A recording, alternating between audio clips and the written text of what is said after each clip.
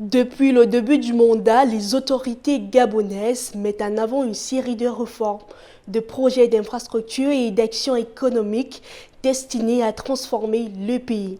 Entre indicateurs macroéconomiques, gouvernance et impact réel sur les populations, les résultats font objet d'attentes fortes. Nous faisons le point avec Théophane Zamendié Biogué, porte-parole de la présidence de la République du Gabon dans cette édition de décryptage. Monsieur le porte-parole, bienvenue sur Africa 24. Depuis le début du mandat, le gouvernement met en avant des avancées dans plusieurs secteurs. Si vous deviez quantifier ce bilan, quels sont les indicateurs clés de croissance, investissement public, projets livrés qui illustrent concrètement ces résultats? Je pense que la première année du magistère du président de la République a été consacrée à la refondation. Refondation de nos mentalités, refondation de notre rapport à l'action publique, refondation des leviers de notre économie, avec une affirmation d'une souveraineté affirmée dans des secteurs stratégiques, mines, avec l'interdiction de l'exportation du manganèse, pétrole, avec le rachat de compagnies importantes dans le secteur, notamment Assala. Je pense que c'est un indicateur solide de la nouvelle vision économique du Gabon, parmi tant d'autres. Il y a aussi une lutte renforcée contre la corruption, une lutte pour que les investissements mobilisés et les ressources mobilisées pour des projets stratégiques de l'État soient effectivement utilisés pour ce à quoi ils sont destinés. Et donc, c'est un effort de longue haleine qui se poursuit et qui va se poursuivre tout au long du mandat, donc pour les 6 années à venir. Ce sont des éléments qui nous renseignent, vous renseignent sur l'ambition du Gabon d'aujourd'hui, qui est un Gabon qui veut aller de l'avant, qui veut arrêter de perdre du temps, comme cela a pu être le cas au cours des dernières années. Plusieurs réformes ont été annoncées pour améliorer la gouvernance et la transparence. Combien de textes ont été effectivement adoptés et quels changements concrets cela a-t-il produit dans le fonctionnement de l'État? Toute une série de textes ont été adoptés pour renforcer la gouvernance. Ce serait prétentieux que de vous en donner le nombre exact, puisque en la matière, puisqu'il s'agit d'une question transversale qui mobilise les compétences de plusieurs départements ministériels, ce que je peux vous dire, en tout cas, c'est vous résumer l'esprit et la volonté qu'il y a derrière. Il y a des mots-clés qui définissent cet élan. La reddition des comptes d'abord. Le président de la République a été très clair, et il continue de l'être à l'occasion de chaque Conseil des ministres, à l'occasion de chaque événement public où il a l'occasion d'en parler, la reddition des comptes. Aujourd'hui au Gabon, vous rendez compte de ce que vous faites, des mandats qui vous sont confiés, quel que soit le niveau, quelle que soit votre position, tant que vous avez pour mission de servir l'État, quel que soit le pan de ce service aux citoyens qui est dû par l'État, vous devez rendre compte, et vous devez rendre compte de la transparence, vous devez rendre compte du bon usage des ressources de l'État. Si ces critères ne sont pas tenus, eh bien, le président de la République a été suffisamment clair dessus. Il y a des conséquences qui sont là aussi, elles, encadrées par les dispositions légales et réglementaires en vigueur dans notre pays.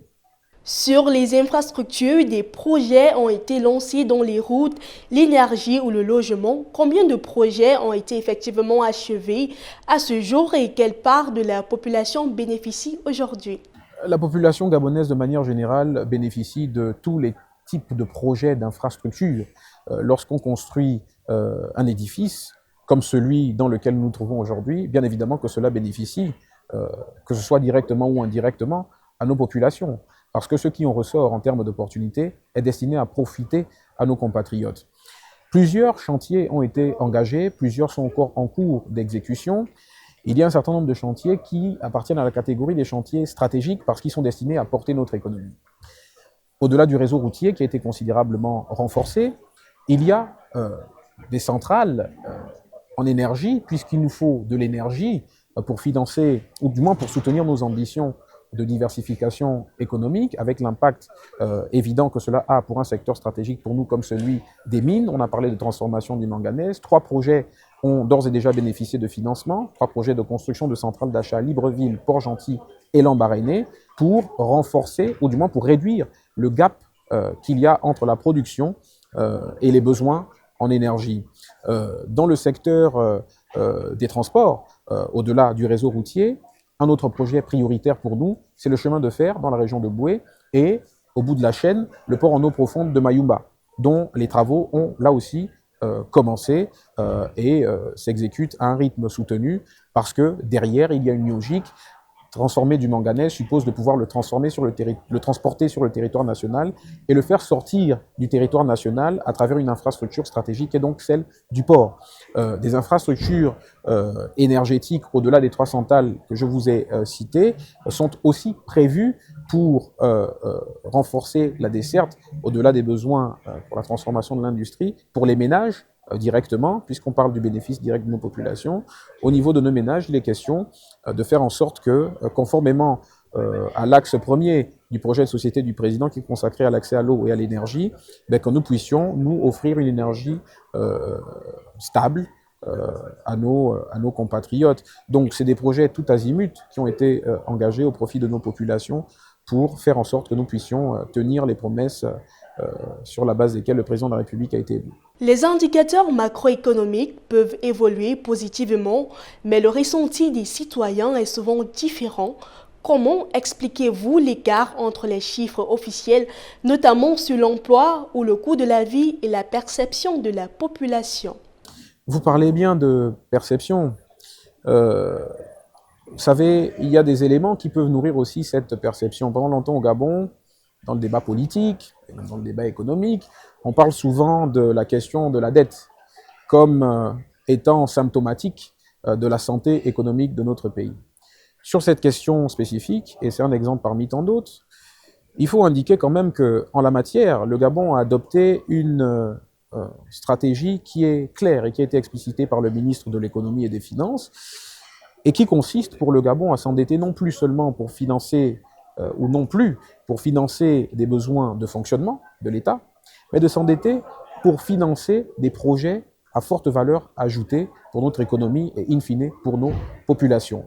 Au-delà de ça, cette stratégie consiste pour nous à contracter des emprunts auprès de partenaires multilatéraux avec des avantages qui sont certains, le fait d'éviter par exemple les risques de change, le fait de souscrire par exemple à des emprunts beaucoup plus dans notre sous-région parce que nous traitons dans la même monnaie, et là encore il y a cette question des risques de change qui est évitée.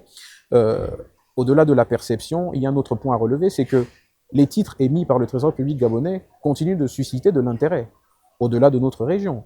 Ça veut dire donc qu'il y a une crédibilité de la capacité du Gabon à rembourser ses dettes, une crédibilité qui est renforcée par le décaissement de plusieurs enveloppes au cours de la dernière année pour continuer d'apurer la dette contractée par le Gabon au cours des dernières années.